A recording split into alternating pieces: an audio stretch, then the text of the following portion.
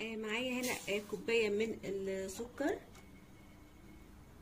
عليها حبايتين من البيض، كل المكونات بتاعتي بدرجه حراره المطبخ طبعا،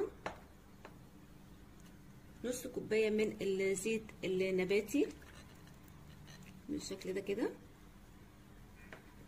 كل المكونات على بعض مفيش اي مشكله خالص. معايا معلقه صغيره من الفانيليا. هخفق كل المكونات مع بعض عشان السكر يدوب. دلوقتي معايا كوبايه من الحليب الدافي، وكمان معلقه كبيره من الخل الابيض. كمان مره هخفق كل المكونات مع بعض.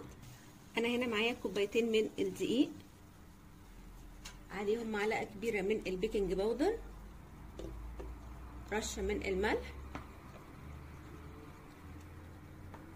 هخلط المكونات الجافه مع المكونات السائله بالشكل ده كده. دلوقتي القوام بتاعي بقى جاهز بالشكل ده كده. في بوله هحط جزء من الخليط، تقريبا ربع الخليط. هحط معلقه كبيره من الكاكاو البودر، ومعلقه صغيره من القرفه. طبعا اللي حابب يزود القرفه ممكن يزود. معلقه كبيره من السكر البني او معلقه كبيره من الكراميل.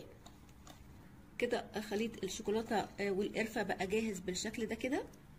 دلوقتي في قالب انا دهناه شويه من الزيت، هحط نص الخليط الابيض او اكتر من النص بشويه بالشكل ده كده. هسويه بس كده.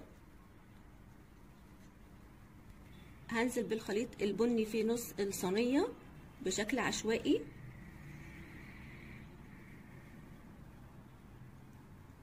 دلوقتي بقى هنزل بباقي الخليط الابيض كمان بشكل عشوائي بالشكل ده كده. بحاول بس اغطي الخليط البني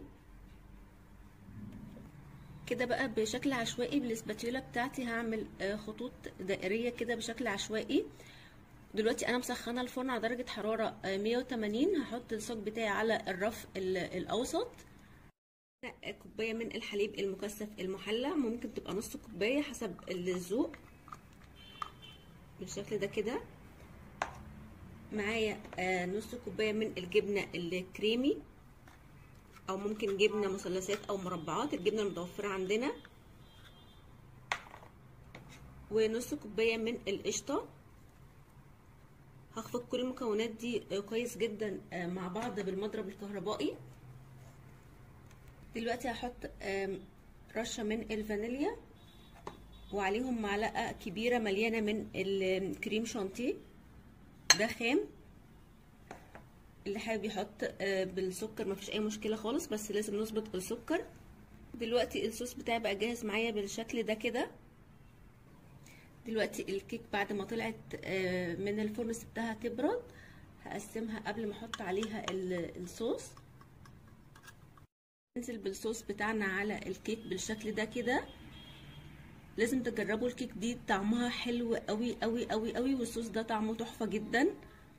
هسيبها شويه بس عشان الصوص يتغلغل جوه الكيك كلها.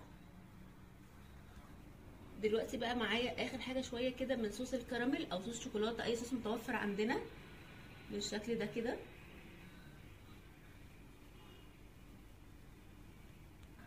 دلوقتي كده بالخله شكل اي شكل عشوائي بالشكل ده كده.